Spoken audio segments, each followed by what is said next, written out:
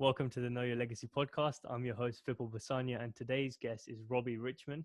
Robbe is a culture expert who is also the author of the book Culture Blueprint.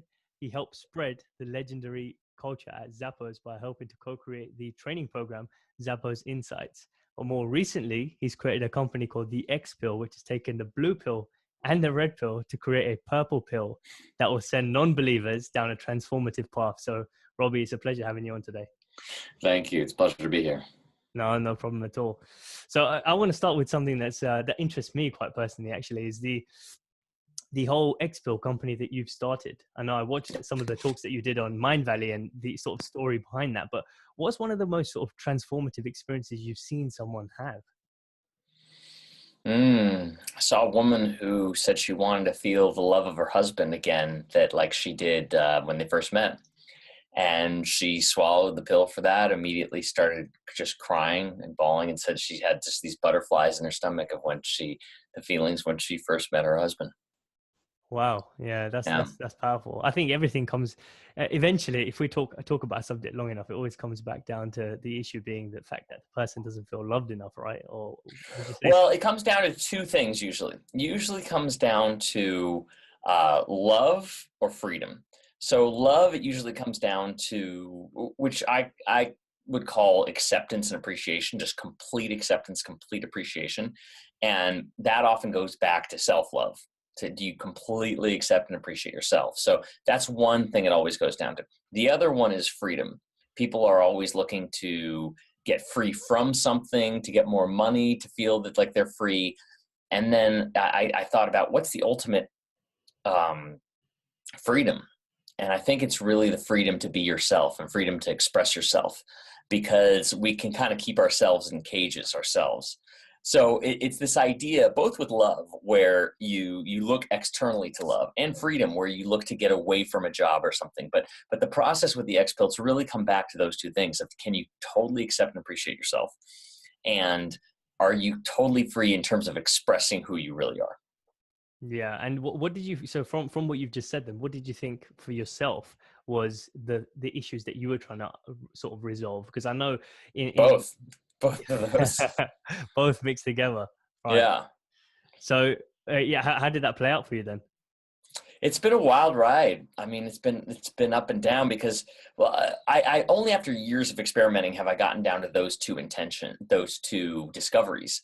And now I pretty much only use it for either total acceptance and surrender, like surrender to God, surrender to the world, to the universe, or action.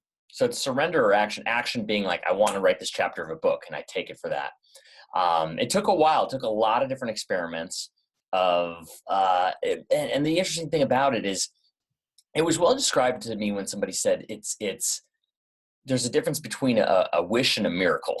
So a wish is, you say, I really want something, and then you get it, kind of realize it wasn't what you wanted. So I had a lot of those experiences with work, with relationships, with all these things of like saying, using the pill in these magic kind of ways of, I want this and I get it. And I'm like, oh, it wasn't it. And then the miracle idea is more of a surrender. It's okay, I clearly don't know what's always best for me. World, God, whatever is your spirituality, you do. Let me surrender to that. And that's been really powerful for me, is to use it either for an action that I know I want to do, or just to totally surrender. That's interesting, because if you use it for an action that you want to do, for example, like you're thinking about, I want this thing in my life, Yeah. then, a wish rather than an action, and you then almost come to realize once you have it, that wasn't actually it. So I guess then, from what you're saying, when you surrender, you allow what is supposed to happen in your life to happen. Is that what you found? Yes. Yeah. So, because the wish is, it's like a careful what you wish for kind of thing. But and so many people will not take it for that reason, because they are scared. And I think with good reason. I used to kind of blame them and be like, well, why are you so scared?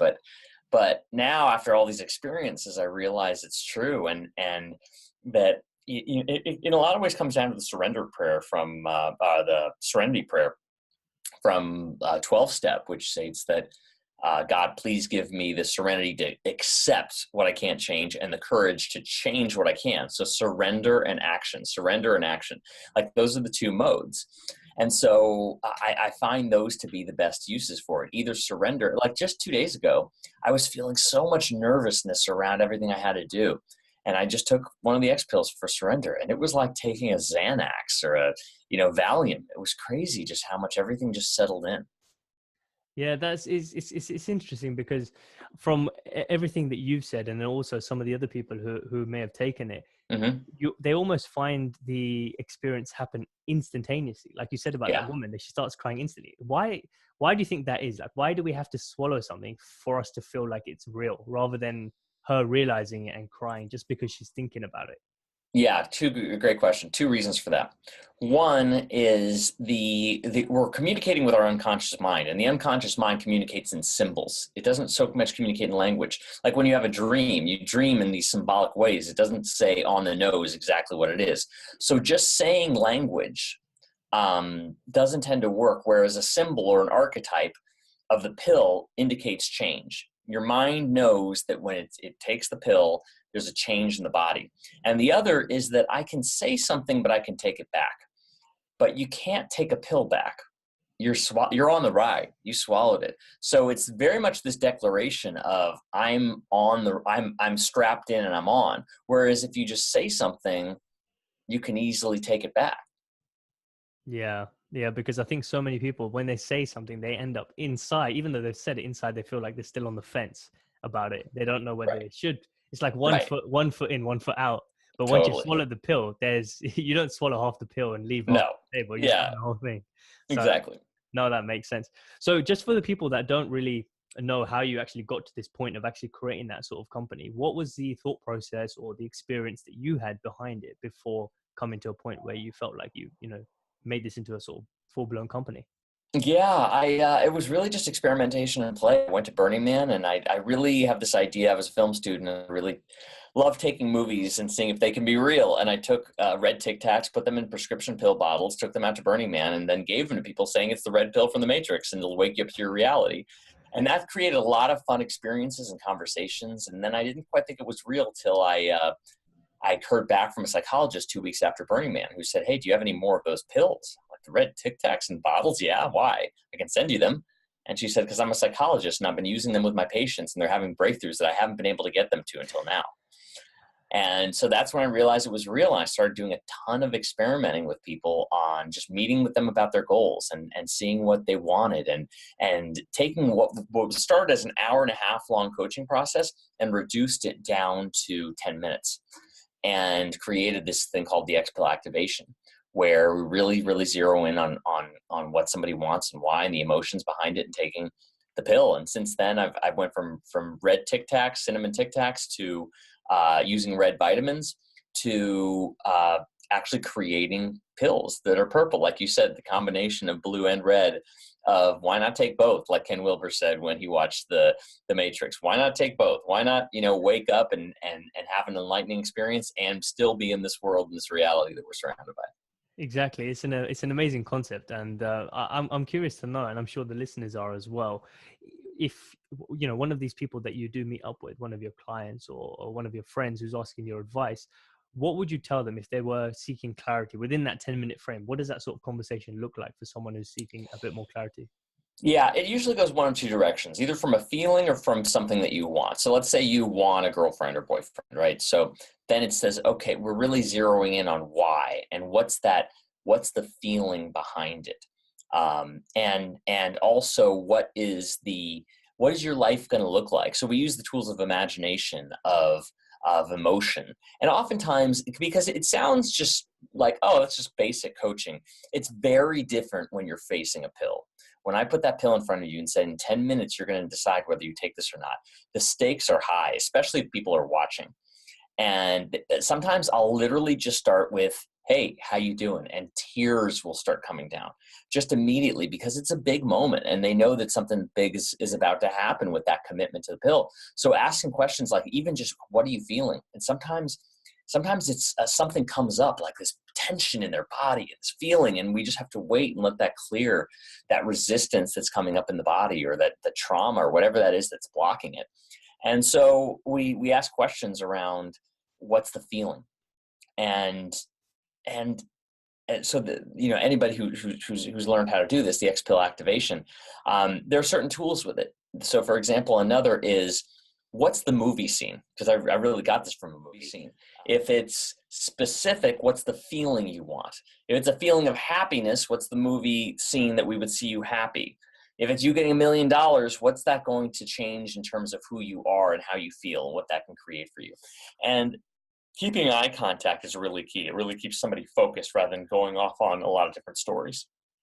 That eye contact thing that you just mentioned, that's very true, because people I do it as well, and you tend to wonder and you look around, and it makes your mind does the same thing. It starts to wonder then. And if you're looking at one place, it's almost like an unconscious thing of getting them yes, focused. it can get very unconscious. Absolutely.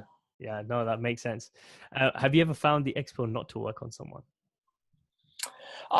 Yeah, it's more happen when I'm not there. Because I've done so many of them, I can help somebody accomplish it. It doesn't tend to work if there's not a lot of feeling and emotion behind it. We really want to take something that has some heat to it.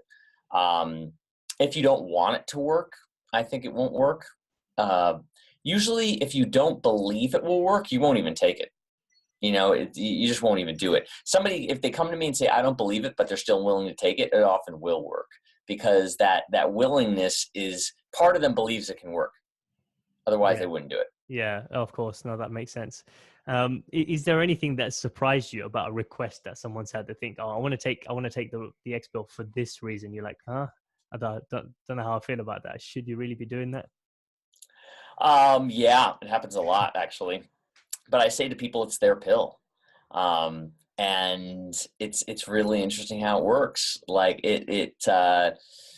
and people will help you resist with that. There was somebody who was on stage at an event where they said they wanted to have no to-do list. And so a lot of people tried to talk him out of it. They said, well, you probably want a better to-do list. He said, no, I want none. And they said, well, you want a better relationship to your to-do list. And he said, no, I don't want any to-do list. And then finally somebody said to him, you know what, be careful with this wish, because you could end up in jail for a crime you didn't even commit, and have no to-do list because you needed no to-do list. And he said, I am so willing, I'm going to do this. And he took it and he said, I'm going to have it by the end of March. It was January. The next day he comes up to me in the morning and says, it's gone. There's no more to-do list. I said, what? How could that happen? You were in Hawaii. You're not even near your to-do list. What happened? And he said, well, I had a new idea, because that's oftentimes what happens is people will swallow it and have a new idea. And the idea that came up was, he called up his assistant, said, look, I'm going to give you my whole to-do list.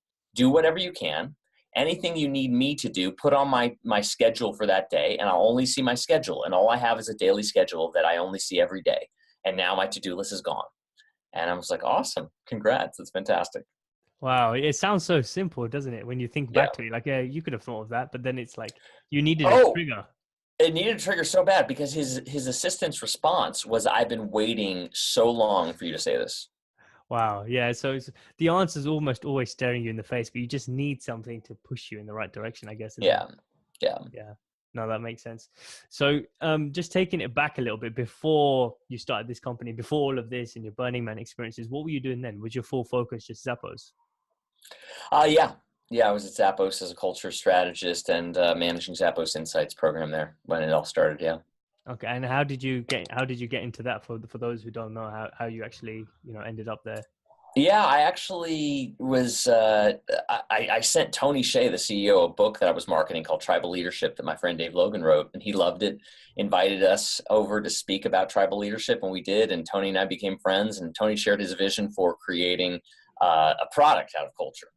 And so I gave him all these ideas. I said, oh, and I didn't know how to do it, but I had a lot of ideas, and I'd researched it, and I really wanted to work on a business like this around culture. And, he values the culture, the company values a core value number 8 or 9, be passionate and determined. And I was very passionate and very determined to work with them on this. So they brought me in to first do it as a video subscription site to teach culture. And then quickly realized that it wasn't a content company as much as an experience company. That's been one of my biggest lessons, is that experience has changed people, content not so much. And so I realized after creating these videos in an event that the event was what helped people change, not the videos. not even the content, just the experience of being there blew their minds. So that's when I developed the whole business model as an experience-based business model. And that's a lot of what I've done ever since. I create experiences at companies. The Xpill is an experience. It's less about the content and more about the experience, because it's an experiment. People get to learn directly. It's the most direct form of learning. Yeah, for sure. I think once you're hands-on and you're doing it, directly rather than just reading about it or watching it, you Yeah, learn the fastest as well. I think you even said in one of the other talks that you did, that you had someone come up to you afterwards and say, "Oh, your content was average, but the fact, the whole experience was mind-blowing, and that's why we really like it." exactly. Yeah. So, being at Zappos, what did you feel when you first walked in for the first time? Because I know it's a, you Oh know. my gosh, it was so much fun. I remember even the video I did on like a flip cam back then when I had one. It was there was a Dance Dance Revolution terminal, not like the game like with the Nintendo, a terminal, a full arcade terminal of Dance Dance Revolution. There's a button there that says "Do not press this button." And of course, what are you going to do? You press the button, and a whole dance party starts with all this music and lights, and it's just it's so much fun. It's ridiculous. The day I was there was a happy hour starting at 4:30.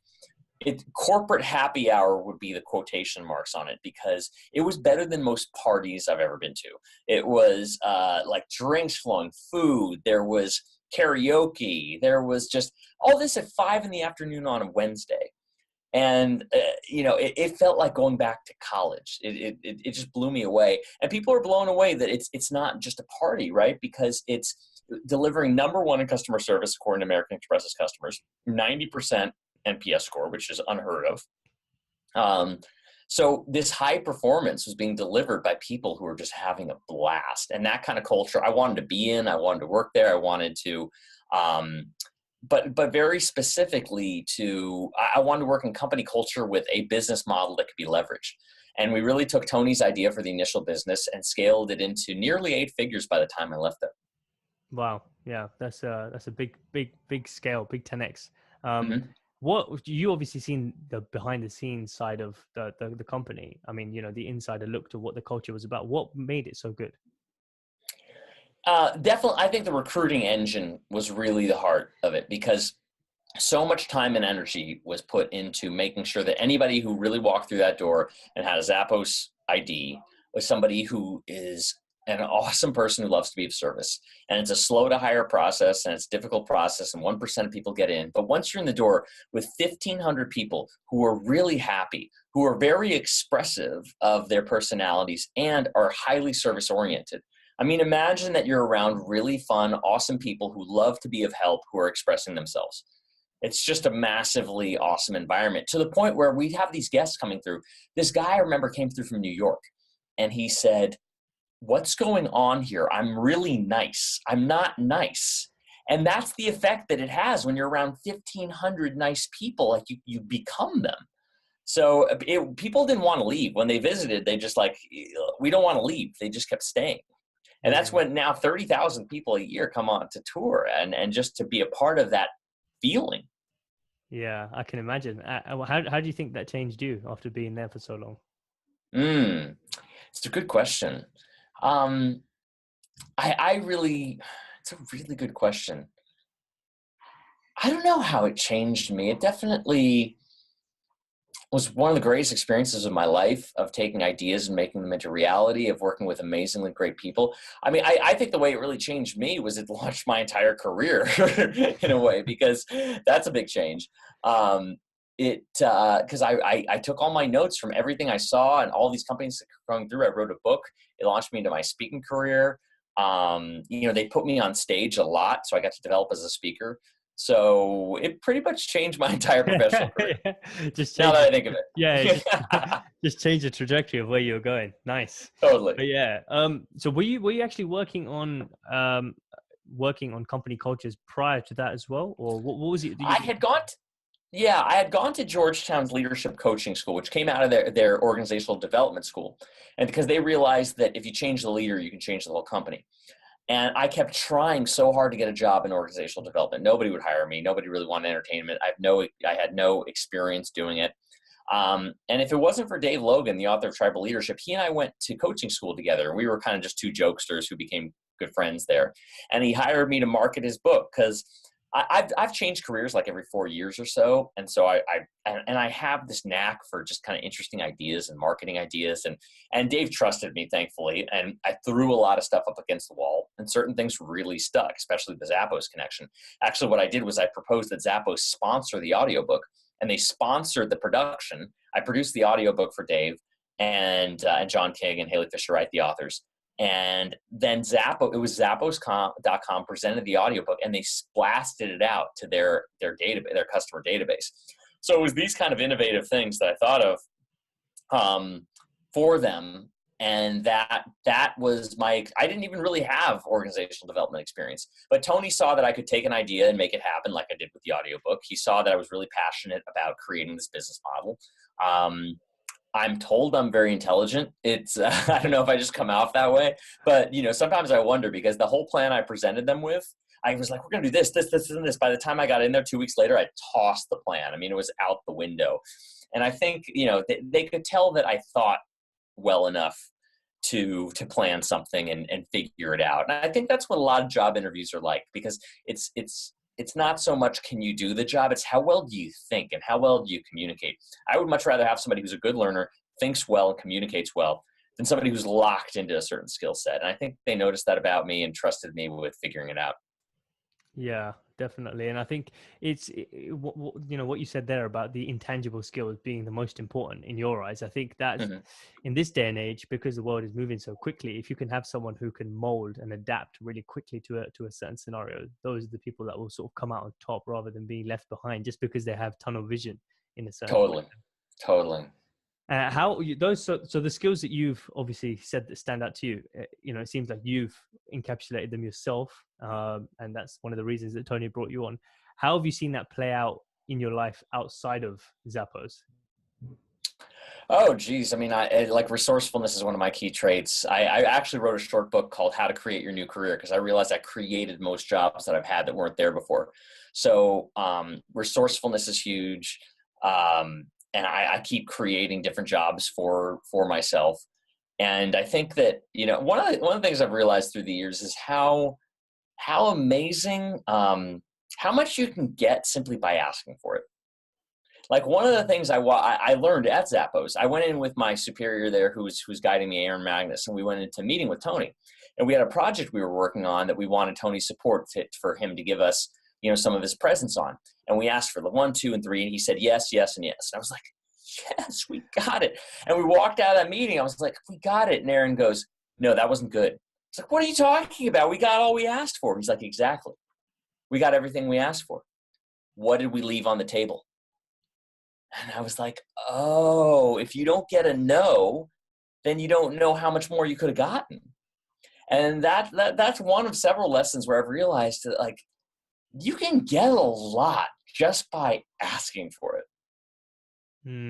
That's powerful. Where else have you seen that play out? I mean, it's something that you've asked for, and thereafter, after learning that lesson, you've asked for, and you thought, wow. Oh, geez, I keep seeing it. It really does. Like, especially when you're asking for a certain amount of money on something, like you just ask for it. And what's key is to be quiet after that. Like, don't say anything. Just ask for the amount of money, and don't say anything that will qualify it. My friend Dave, James Carville, the big political campaigner, huge. We were interning in the Senate, and he just saw that the office was nearby. He just calls up and says, "Hey, I'd like to be your intern."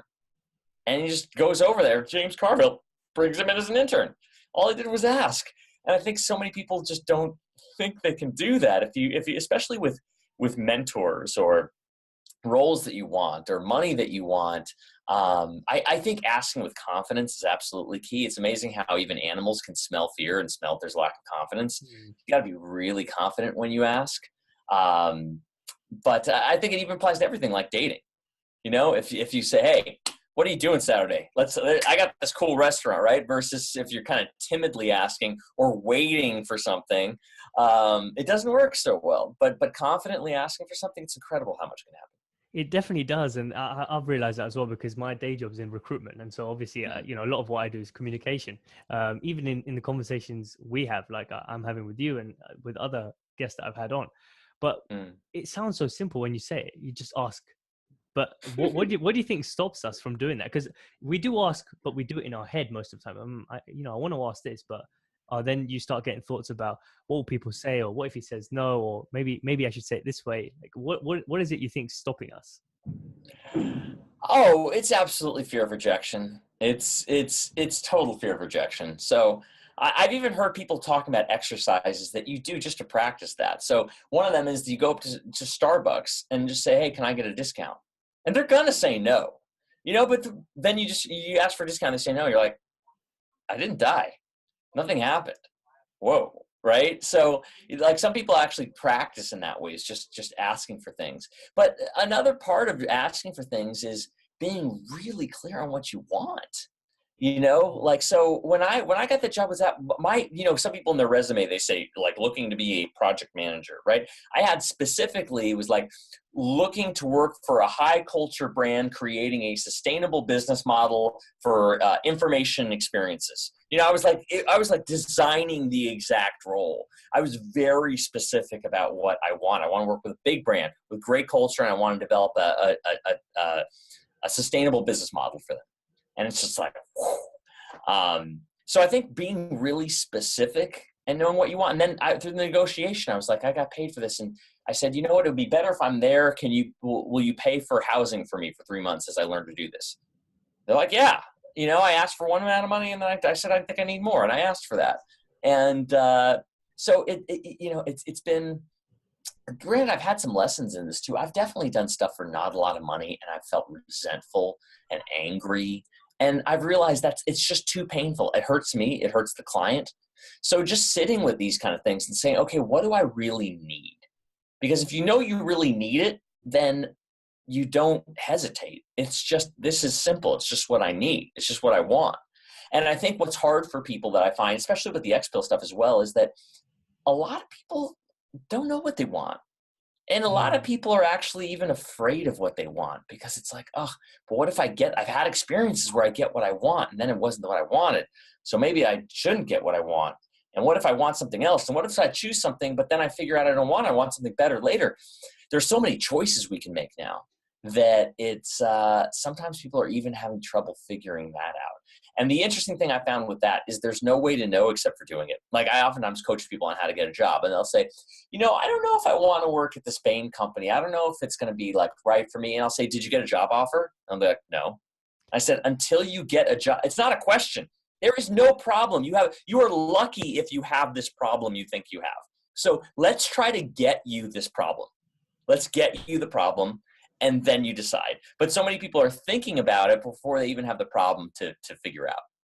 Yeah, it's interesting you touched on that, because that's the direction I was going to go in with my next question, is that this whole issue of not being clear on what you want, it can play out largely in life, because it just goes back to the whole concept of what my podcast is about, is legacy. It's like you don't even know what you want to create or where you want to go or what you want to do. So we just hope one day, I don't know, it's weird because I felt this as well before, and maybe you have, is you feel like you're just going through the days hoping that one day it'll become clear and you don't have to spend too much time thinking on it. It's just too painful. Oh yeah, it's so painful, because especially with the number of options there are now, it's like the risk of wasting your life. Like, oh my God, if I don't get this right, I'm like, suddenly we're 50 years old. What happened? And that's, I felt the pain of that. And you're totally right. And what I see with it is when I coach people on this, I say, look, find something you're certain about. Like, I'm literally talking this simple of, man, I really want a burger today. Go with that. You go out now and you get that burger, because you're like that. You made a decision based on what you want. And it's weird how that's a muscle builder, because the thing that I've realized working in culture for a while now is the person who wins in a meeting and whatever it is doesn't tend to be necessarily the smartest or have the best idea or be the most successful. It tends to be whoever's the most certain in a common grounded way. Like certainty is it triggers on something animalistic, where if you're not certain and you see somebody you trust, and we trust someone based on, are they calm? Do we believe what they're saying? Or if you're spinning us, we don't trust you. But do we believe what they're saying, and do they do what they say? That's somebody who's trustable and believable, right? And if that trustable, believable person seems certain, we'll follow them into battle. So developing the muscle of being honest, doing what you say you'll do, and practice certainty. And like I said, it doesn't have to be a career choice. Just practice being certain, this is what I want for lunch, and going with it and not changing your mind and just being in it and learning from that decision. Oh, I really don't like this chicken place. Great, you learned, right? But just go with that certainty, and then you can start building it as a muscle. Because I think it's such a huge question. What do I want? What do I want with my career, with that? It's too big. It's too big. Just start with today. Start with what's in front of you. It's just practicing being decisive, isn't it? What you were saying about the Yes. burger, it sounds so simple, but it's just building that muscle of being decisive, even on the smallest of decisions. And we end up falling Totally. into traps of making the decision based on what someone else has said, because it's easier for other people for you to let them decide. But yeah, if you let that spread, then you can let them decide all areas of your life, and then it becomes too messy, you know? It gets really messy, especially very influential people. Like, I've been around that because I'm also a very empathetic person. I can feel people's emotions. And if I get around a very charismatic leader who's very strong, like, I'll just notice myself following them and doing what they need. And like, what is happening here? Because it does feel good. It oddly feels good. Somebody who's very charismatic and clear and has a vision. I mean, we fall in line with that. That's why one of the best things you can actually do if you're not clear is help someone who is. Because at least you're doing something, because that's better than doing nothing. I mean, obviously, if you know what you want, go for it. But if you don't, doing things to try to figure it out, trying to meditate, do this and this and that, and blah, blah, blah, blah. I believe me, I've spent way too long doing that. It's way better to help somebody out with their needs, because that'll clarify your own way more than the thinking, the journaling, all that stuff. And then I guess then you realize over time what it is, by you having exposure to that person, what it is that you want to do. So, Right. Yeah, no, that makes sense. So where do you think, now just bringing it back to the Xpill, where do you think that's going to be going next in terms of where you want to take the company, or where you see it growing or going? It's really a good question. I honestly don't know, because I positioned it wrongly as a product. It's really more of an experience. So I'm going to do some more events for it to see where it's going to go. To be quite honest with you, I've struggled with it. I've really struggled because the product launch as a product didn't really work well. People don't want it. They want the experience. And it's something for me where I almost just want to give it away. Like the ideal for me is this, that the Xpill, think about it almost like this. The bottle's like the iPhone, the pill is like the app in a way. In the sense that let's say you help people with anxiety, right? And you've got your 5-step plan for anxiety. I would love it for you to use the Xpill for your anxiety plan, for your people, and say, at this stage, you take the pill to say, I'm done with anxiety, or whatever it is, with any kind of program. Because I want to stay neutral in terms of it as a platform and not even endorse any, but for it to be a platform of creativity for others to use it in really innovative ways.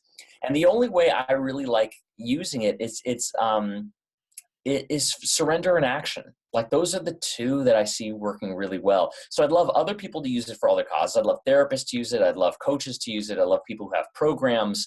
I honestly could see you using it. I could see you talking with somebody like let's say you're working with a candidate, and you put that pill in front of them and you say, what would you be so clear that you want that you would take a pill? And it'll bring up their insecurities. It'll bring up their fears. Even if they don't take the pill, it'll bring up everything you need to know about why they won't take that pill.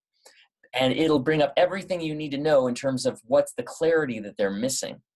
And then once they do take it, stuff can really happen fast. So I see all kinds of people using this for all kinds of means. And so this is more like the platform for a larger vision for it. Yeah, no, I love it. I love it because it's almost a universal thing that can be used across the globe. There's no restrictions on what areas or what market or audience you can use it on. If it's used in the right way for creativity, it can be used with everyone. Totally. One thing you mentioned actually was is surrender, and then was it love or action? Sorry, action. It was Surrender surrender. and action. It's love and freedom, surrender and action. Yeah. So one thing was surrender, and I remember you did. I think this was on YouTube. I saw it. It was a talk that you did at Inspire a few years back, and you talked about spirituality and how those who ignore their dark side or their shadow side are the ones that end up suffering a lot longer. And so, taking the Xpill, I'm assuming then from what you've said, helps you sort of accept that side if that's what you want. So what I'm interested to know is what have been your shadow sides that you've found that you've brought to the surface? Oh, geez. I mean, when I took it to be ready for my partner, I went through some intense emotional relationship experiences, because what happens is, this is what I mean by the dark side, because the dark, that can sound really scary to people, the dark side, but think about it this way. And this is actually came out of a pinch hit speech I did because Dave Logan got injured before his speech on the dark side. And I actually just got up on stage and did a speech on it. And what I found was that there's three elements to it. There's the dark can be, it's like, imagine something's in the dark in your room. You just don't see it. Dark side can mean you just don't see it's there because it's in the dark, right?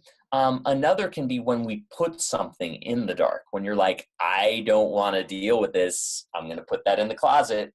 So it's like you consciously did that, right? Like, I don't want to deal with this, I want to put it in the dark. The other is something that you're ashamed of, right? Like, oh, I can't let this out. This is a big secret. This is, nobody can know about this. I'm going to put this in the dark. So that dark side is way more about things that we're doing as opposed to like evil in my mind. I think that evil, dark, that's a whole nother conversation. We can go there if you want. It's a whole nother conversation. But that's what I meant by a lot of that dark side work. And so to me, it's like, okay, so I took it for, I'm ready for the one. And it's almost like universe, God, spirit, my unconscious, whatever you're going to call it, was like, oh yeah, you're ready? Really? All right, let's see about that. And then it shows me the ways that I'm not. It shows me where I'm not fully committed. It showed me in one of the cases where I went after a woman who specifically said to me, she's not ready. Why am I chasing after her exactly? So that's what I mean by these kind of dark side experiences, is it shows you where there's resistance to it. And it also, something in the dark can be really good. There could be something in the dark that you don't know is there. This is amazing. And it's weird how that works too. So for example, one time, like I took the Xpill to complete this proposal. I was like, all right, I think it's going to take all day. I just got to take the pill to commit to it. I took the pill I will complete this proposal. And then I believe that whatever happens next is very meaningful. And I got really tired, like really tired. And the idea is not to resist it, not to fight it, but just see what's there. And so I just fell asleep. I fell asleep for an hour and I woke up with ideas that I completed in an hour rather than a day. So it's like saying like, oh, this is what you want. Okay, this is what we need. And knockout for you because you're too tired to do this thing. It will take you all day if you try to stay awake because you're not functioning at full capacity. So sleep and then we'll get up and do it. Right. So it's fascinating how much is going on that unconscious level. Yeah, that's very interesting. And I think if people, I think it comes back to just being an experience. You can't really explain it in words. It has to be, you have to feel it almost, from what you're saying. That's the impression that I get. So totally. Yeah. Okay. No. So just before we wrap up in the last few questions that I ask everyone, one thing that you did mention was about the dark, the dark side and then the evil side. Yeah. And those topics I just can't run away from because I know there's more there to be talked about, but yeah, they can be synonymous. People can see it as synonymous, but really, in my opinion, I don't think they are. Almost, it just depends on your perspective. Well, think about it this way. So, this is getting more heat, this topic, because if you think about things like the shooters, some of the shooters in school shootings or the Vegas shootings, sometimes there are people who don't seem like they would be that kind of person, right? Or it's just straight, like this has to be an act of evil that they would do this. And I would agree. And at least I think so. God knows what's really going on. But think about it this way. When somebody drinks, and drinks are often called spirits, right? Alcohol is al-ghul, like ghouls. That's the Arabic kind of word for it, like spirits. And so what happens when you black out? You are going in the black. You are in the dark. So you literally are putting yourself blackout drunk in the dark. And so since you went in the dark, who's in you? So when you black out drunk, you open a space because you exited your body. And that created a space for somebody to say, oh, you're not using that thing? I'm going to come on in. And you don't remember what happened. So something can come in and take you over on a spiritual level. So that's where I think, but notice it wasn't entirely unconscious. In some ways it was. But by doing that, by saying, I don't like what I'm happening right now, I'm going to drink and drink and drink to be in a different state. Okay, well then you just somewhat gave up your own autonomy and put yourself in the dark. And by doing that, you opened up for something that's not necessarily you to come in. That's very interesting, because I think a lot of people do that and get to that state because they're trying to run away from something they don't want to face in the first place. So then, are we saying then that the negative behavior, so to speak, that comes out of it, so maybe like the violence or the shouting or the screaming or whatever it is that happens as a result of you getting that drunk, is the thing that's stepping in?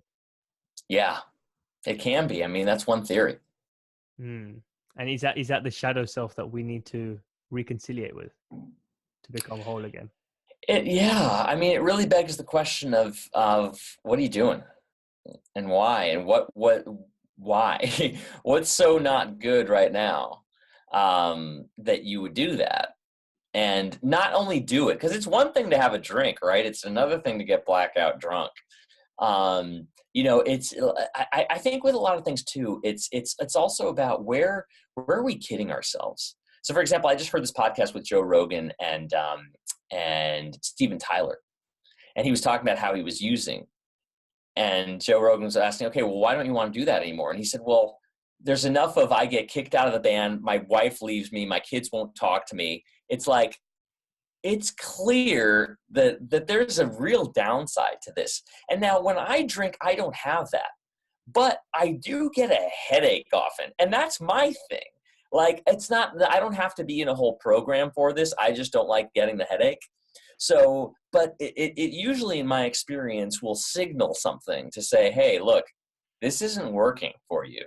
Why do you keep doing it? So that's when I think we kind of put ourselves in the dark and say, like, look, why do you keep, for me, it's just weird little things.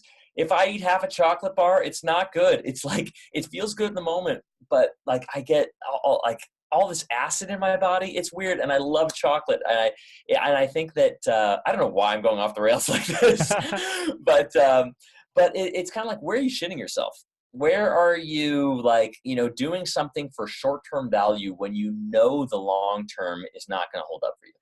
It's almost like getting into chains of habit, and we know it's bad for us, but we're just like, I don't know why I'm doing it, but I'm doing it because this is what I've always done. You don't say those things, but in a split second, those thoughts go through your mind. Yeah, it's usually short-term gain for long-term cost, and thankfully my intuition's getting better on that. Like, I really wanted to have this cup of coffee at like 1 yesterday, and I could feel in my body this like clenching, like no, and I didn't have it, and I know that if I did, I probably would have been up till like 2 a.m, and I wouldn't have liked it then. I'd be like, great, now I'm not going to get to sleep, and next day I'm going to be tired and all this.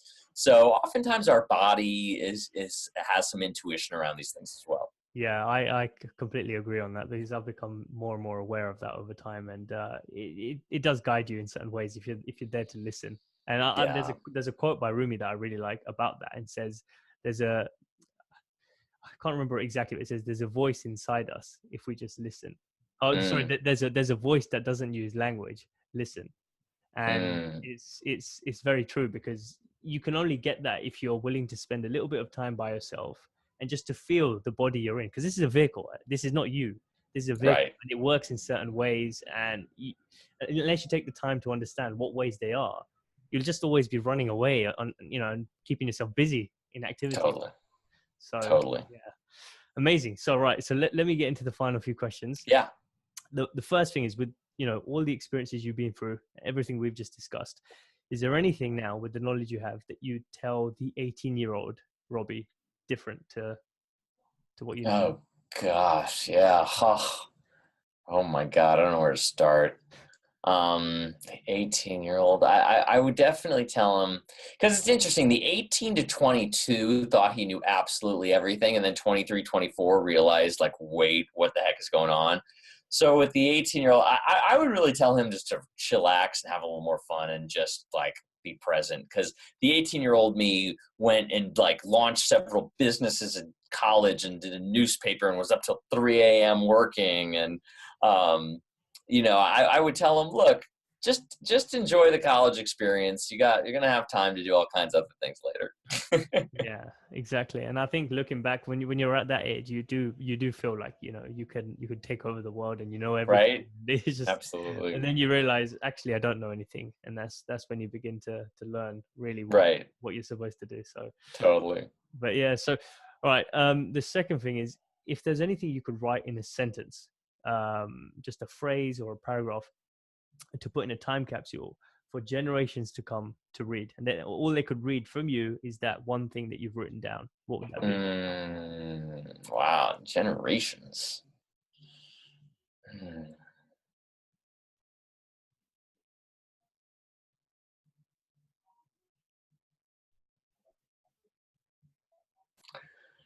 What's coming to mind is just to pause. It's literally just to pause and notice. And I think that's the secret I've realized to a lot of things. Like, pausing on stage when I speak is amazing. You Oh, just feel the resonance of the crowd. Pausing is huge for humor, for stand-up comedians. Um, Pausing is really, I remember I was on this job interview once and I had no idea what to say. I was stumped, and I just paused and breathed. And the 5 seconds felt like an hour, but then the answer came to me. hmm. Right. So I think it's like this weird all-purpose tool. It is. No, it definitely is. And thing is, you feel the tension as the person is silent as well. And Mm. in sales, just to make it a bit more lighthearted, this in sales as well, you're taught to do that just to make sure the other person breaks first. So when you're asked or Yes. something, so Yes. Totally. as you said, an all-purpose tool, but it's very powerful because Mm. when you're in the midst of activity, or in the midst of a chaos, so to speak, in your life, when you pause and you're willing to just be silent, the answer or Mm. the direction will come to you surely. And Yeah. I'm sure you found that, hence why you've given that answer. Totally. Totally. Yeah. Right. So the final question then. So you're at the end of your life. You're looking back at your life. What's the legacy you want to leave behind? Great question. I would love to leave the legacy of Xpill in a way that is that platform I mentioned. I'd love to leave a very incredibly wonderful family here. I'd love to leave this new concept that I've been working on called the 48-hour day, which is shifting people's relationship to time itself and helping people bend space and time in a way that that empowers them and empowers people. And I think that so much is we know so much about money as a resource. I think we're really only just beginning to learn about time as a great resource and how time works. And I want to just be a major contributor to understanding time and helping shift how we relate to time. Amazing. That's another whole rabbit hole in itself. Oh yeah, So totally. we'll keep that for a separate episode. But yeah, That would be great. um, I'd love that. This is a yeah, lot of fun to talk to you. no, definitely. Thank you so much for taking the time to be here today. Thanks for having me.